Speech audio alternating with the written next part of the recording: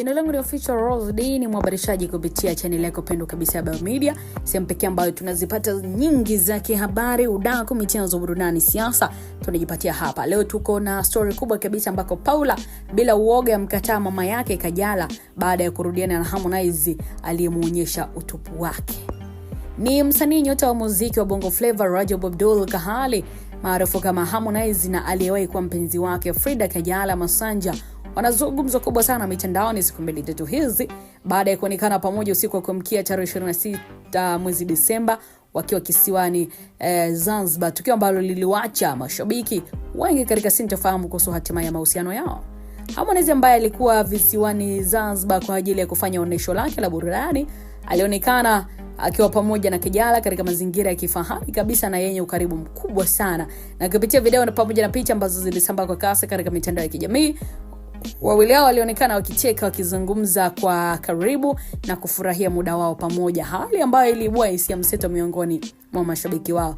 Katika baadhi ya video Harmonize alionekana akimkumbatia Kajala kwa upendo, jambo ambalo pia lilizidisha maswali kuhusu iwapo ni ishara ya wao kurejea tena pamoja katika mahusiano ya kimapenzi ambayo yaliwahi kuwa hapo awali ama vipi. Lakini pia ukaribu huo haukuwa wa kawaida kwa watu waliowahi kutengana kwa vuta ni kuvuta kubwa, hali iliyowafanya mashabiki wengi kuamini kwamba huenda moto wa mapenzi umeanza kuwaka tena.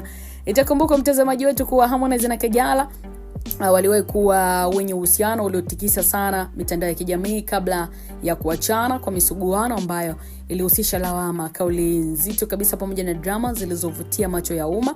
And of course, baada ya kutengana kila mmoja aliendelea na maisha yake, huku Harmonize akihusishwa na mahusiano mengine na Kajala pia akiendelea na shughuli zake binafsi pamoja na familia. So uwepo wao pamoja kule visiwani Zanzibar umeibua mjadala mpana sana mtandaoni, ambapo baadhi ya mashabiki wanaamini kuwa wawili hao wameamua kuweka tofauti zao pembeni na kujaribu tena safari ya mapenzi.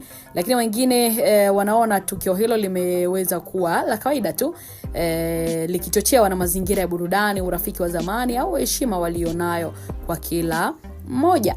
Katika nukuu ya mdau mmoja upande wa X anasema mapenzi hayana formula, wanaweza wakawa wamerudiana kimya kimya, aliweza kuandika shabiki kupitia ukurasa wa X zamani kama Twitter, huku wengine wakisema inawezekana ni marafiki tu, tusikurupuke kuhukumu.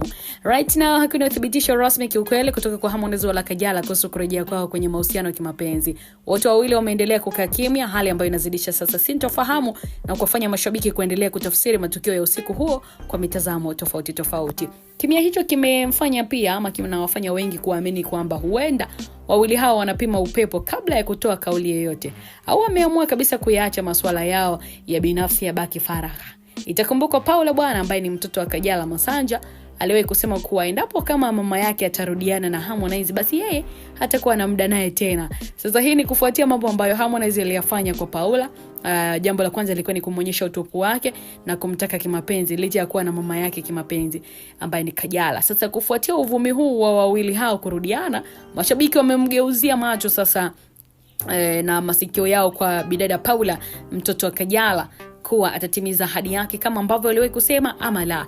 Lakini kwa sasa macho na masikio ya mashabiki bado yako kwa Harmonize na Kajala, wakisubiri kwa hamu iwapo mmoja wao atavunja ukimya na kuweka wazi ukweli juu ya tetesi hizi ambazo zinaendelea kutawala vichwa vya habari burudani nchini Tanzania. Hata Biomedia pia tuko vyema kabisa katika kuangazia hili kwa jicho la tatu kabisa. Nikwambie tuendelea kukusogezea na kukumwagia update mbalimbali mtazamaji wetu. Karibu tena kwa wakati mwingine.